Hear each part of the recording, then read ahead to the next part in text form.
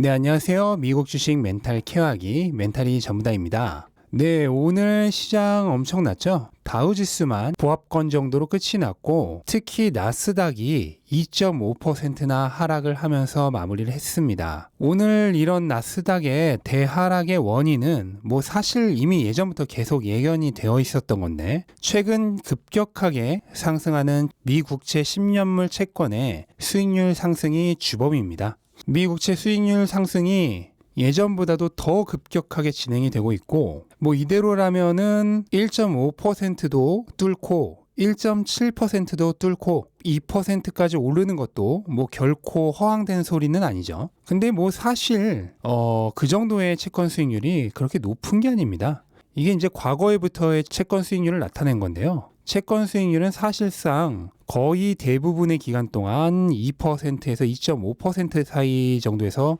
왔다 갔다 했었습니다. 그러니까 어떻게 보면 이제 지금 극도로 낮아져 있던 채권 수익률이 정상으로 돌아가고 있다라고 보시면 되는 거고 그 과정에서 이제 충격이 일어나는 거죠. 정상으로 다 돌아가고 난 이후에는 이제 아마 큰 영향을 주지 않을 겁니다. 근데 그 과정에선 일종의 패닉이 일어나고 있는 거다라고 생각을 하시면 될 것 같습니다. 채권 수익률 상승 그리고 물가 상승은 기업이 미래에 벌어줄 돈에 대한 기대치를 낮춰요. 물가가 계속 상승을 한다며 미래에 100만 원 벌 거라 기대했던 기업의 수익이 물가 상승으로 인해 실질적으로는 90만 원, 80만 원 수준밖에 안 되겠죠. 그렇게 되면 기업이 미래에 벌 돈에 대한 기대로 주가가 올라가 있던 고 PER 기술주들은 모두 타격을 받는 겁니다. 반면에 가치주들은 미래에 벌 돈에 대한 기대로 주가가 올라간 게 아니잖아요. 걔네들은 그냥 지금 벌고 있는 돈에 대한 기대로 주가가 올라가 있는 거기 때문에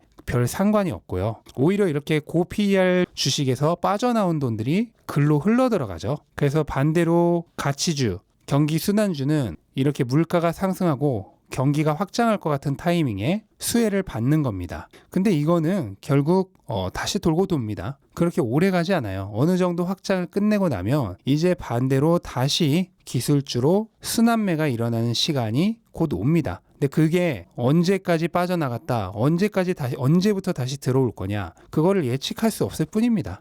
네, 그래서 이런 이유로 어제 기술주들 거의 대부분이 피해를 받았습니다. 그동안 PER이 높았던 주식들은 대형 주건, 중형 주건, 소형 주건 대부분 안 좋았어요. 그리고 테슬라의 경우에는 어제 8% 넘는 폭락을 했습니다. 아마 최근 하락 중에 거의 최고의 폭락이라고 볼 수 있겠고요. 덕분에 지금 첫 번째 지지선이었던 780을 이미 장 시작 때 이미 갭으로 뛰어넘어서 시작을 했고 그 중간이야 당연히 지지세가 없으니까 쉽게 뚫렸고 730 정도의 두 번째 지지선도 뚫렸어요.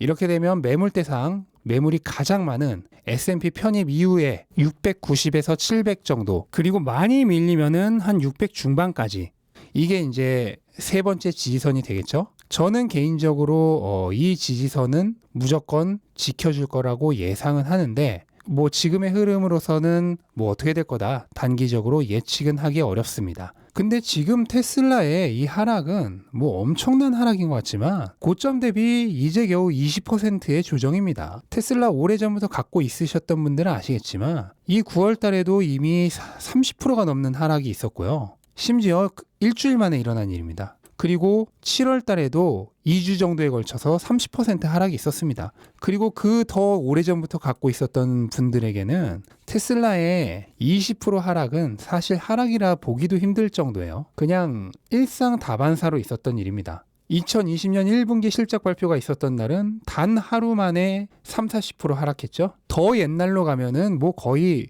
50% 하락도 밥 먹듯이 일어났습니다. 그리고 큰 기업 기준으로 봐도 예를 들어 애플 같은 기준으로 봐도 20-30% 정도의 하락이 밥 먹듯이 일어나는 거 그게 주식입니다. 현재 시가총액 1위인 애플 역시도 40-50% 정도의 조정이 거의 2년 주기마다 한 번씩 일어나요. 마이크로소프트처럼 정말 단단한 기업이 아닌 이상 거의 대부분의 기업에서 일어나는 일입니다. 그러니까 그거는 주식의 특성이에요. 그 특성을 이해를 하셔야 합니다. 그리고 테슬라는 이제 S&P 편입 이후로 상당히 무거운 주식이 되긴 했지만 여전히 애플 같은 기업과 비교해서는 변동성이 더 크죠. 그래서 고점 대비 20% 정도의 하락이 있었고 20-30% 정도의 조정은 크게 우려할 필요 없을 정도로 그냥 일상 다반사로 평상시 자주 일어나는 일이다. 그게 주식이다. 이거를 이해를 하셔야 돼요. 하락을 받아들일 준비가 되어 있어야 합니다. 피터 린치의 명언 기억하시죠? 하락을 받아들일 준비가 안 되어 있는 자는 시장에서 잘 할 수 없습니다.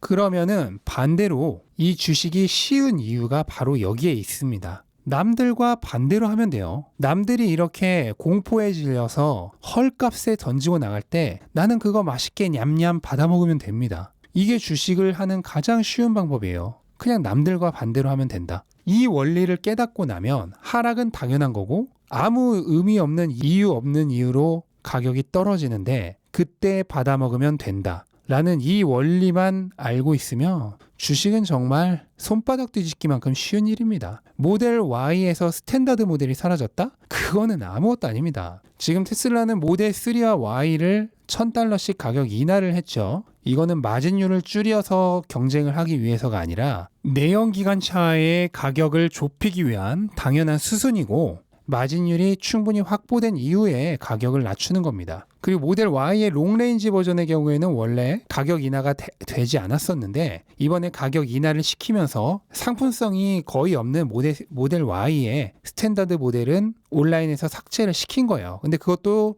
주문을 하면은 주문이 됩니다. 온라인 스토어에서만 내려간 것 뿐이지. 모델 3야 엔트리 모델이니까 스탠다드 모델도 수요가 있지만 모델 Y의 경우에는 스탠다드 모델은 거의 수요가 없기 때문에 기업이 좀 더 상품성 있는 제품에 집중을 하는 겁니다. 이거는 거의 모든 기업이 하고 있는 행위죠. 그리고 실질적으로 이번에 하락한 거는 그게 주된 이유도 아니고요. 가장 큰 이유는 채권 수익률 상승, 그리고 테슬라의 경우에는 1분기 실적이 안 좋을 것이라는 전망, 이번에 오스틴 공장의 가동이 중단되면서 차량용 반도체 수급도 염려가 되고 또 결정적으로 텍스 크레딧이 지금 오히려 1분기에는 발목을 잡고 있죠. 모든 대기 수요가 텍스 크레딧 적용 이후에 차를 사려고 기다리고 있기 때문에 지금 1분기 실적이 굉장히 안 좋을 것이라는 전망이 나오고 있습니다. 그런 거가 선반영돼서 하락하고 있는 거라 보이고 반대로 그 얘기는 2분기에는 엄청난 수요가 몰린다는 얘기예요. 시야를 뭐 한 분기, 두 분기가 아니라 조금만 더 멀리 보면은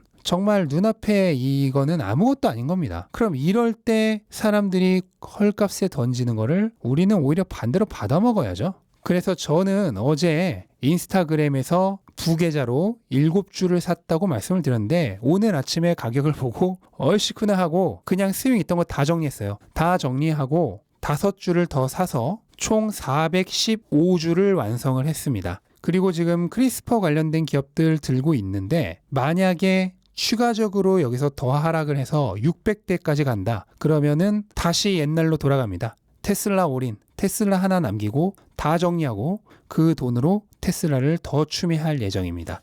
이거는 신이 내린 기회예요. 테슬라는 연 50%씩 성장하죠. 근데 채권 수익 상승률, 물가 상승이 50%씩 상승합니까? 정말 잘해야 물가 상승률, 인플레이션 10%에서 20% 일어나겠죠. 그런데 테슬라는 그 위에 50%씩 성장을 붓는데 밑빠진 독에 빠져나가는 물보다 새로 들어오는 물이 훨씬 많아요. 그러니까 지금은 일종의 이제 패닉 셀링이 일어나고 있는 단계고 이 단계가 지나면은 다시 상승을 할 거라고 확신을 합니다. 지금 말도 안 되게 할인되는 게 눈에 보이는데 이건 오히려 환장을 하고 달려들어야죠. 대체 뭐가 무섭습니까? 저는 오히려 스스로가 무서워요. 정말 다른 주식 남은 한 주까지 다 팔고 집에 있는 물건까지 팔아서 테슬라 사고 싶은 이 욕구를 주체하는 게 힘듭니다. 지금 무서워요. 지금 집에 안 쓰는 뭐 카메라나 이런 거 팔까 지금 이 생각을 하고 있는 지금 이 현실이 저는 더 무섭습니다. 역사는 반복됩니다. 7월, 9월 저는 언제나 그때 더 많이 샀어요. 남들이 막 오른다고 환호해서 달려들 때는 조금만 사고 이렇게 남들이 다 지치고 포기하고 무서워서 나갈 때 그때 집중적으로 받아먹었습니다. 그리고 그게 최고의 결정이었죠. 이거는 제 짧은 주식 역사 11년에 있어서 한 번도 빠짐없이 반복됐던 일입니다. 이럴 때 사는 게 언제나 최고의 수익률을 가져다 줬어요.